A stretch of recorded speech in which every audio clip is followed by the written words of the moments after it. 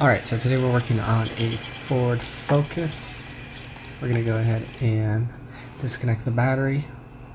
You always want to do this when working on anything in regards to the electrical system. Now that that's out of the way, the alternator is back here, and it's really underneath, so you're not going to be able to access it from up here, so we're going to have to go underneath the vehicle.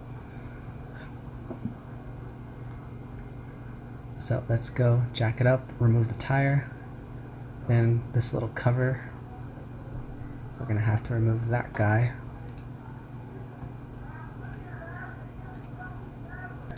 Total of two 10mm bolts.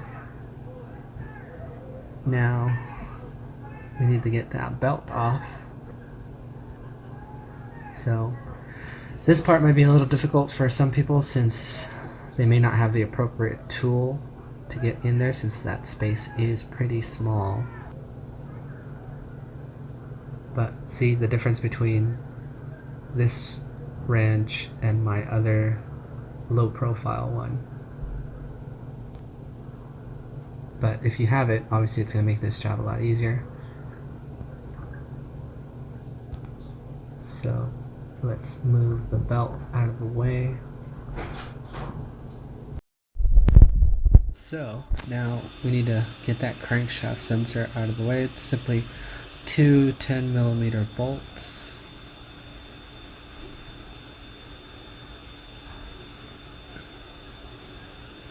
I wouldn't bother disconnecting it.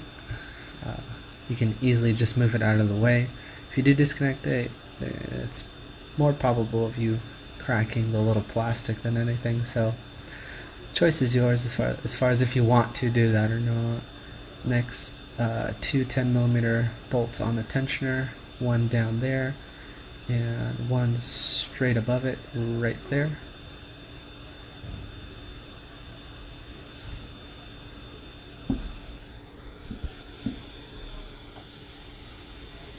So far this is the easy part. It's really not that bad, but once you have to go and try to get the alternator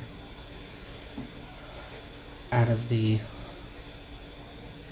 cave, as I call it, then that's where it becomes a little bit more intricate.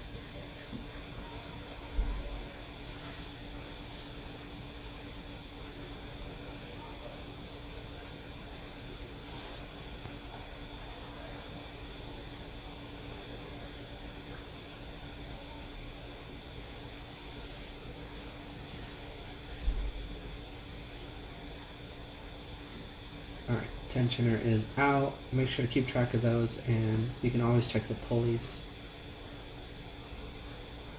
If it spins continuously, then the bearing is worn. If it doesn't really spin that much, then you're usually fine. And sometimes they'll be noisy as well. Alright, so this part,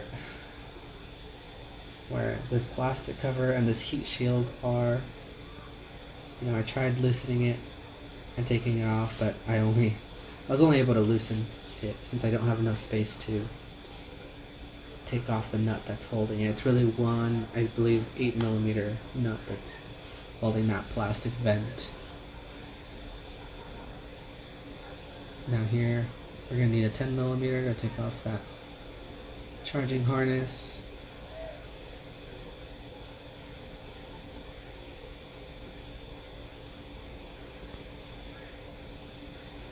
Trying to give you guys the best angle possible, even when it hinders my ability to see over here.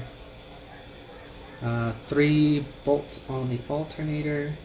One is a straight bolt and the other 2 are studs. I did go ahead and remove the lower stud, as you'll see, just to make my life easier.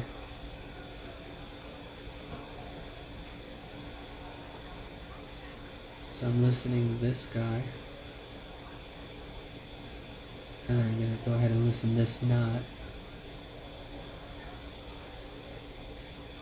They can be on there pretty tight, so just watch out not to hit your hand if your ratchet isn't that long.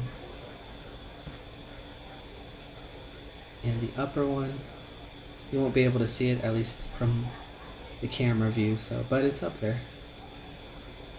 There we go, and come on.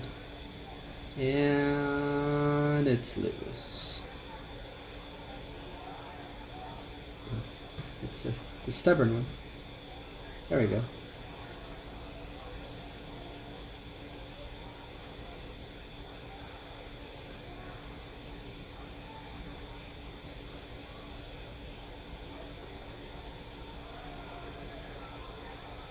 Now up here, that harness has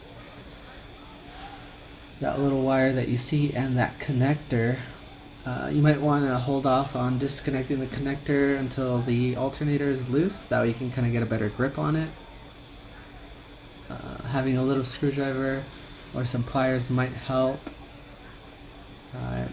Typically, the problem is not the clip portion, but just kind of pulling it out without necessarily damaging the harness itself. But yeah, as I said, I did go ahead and remove this lower stud. It's an inverted Torx. And see, that comes off. Now I can also, now that I have more wiggle room, take this cover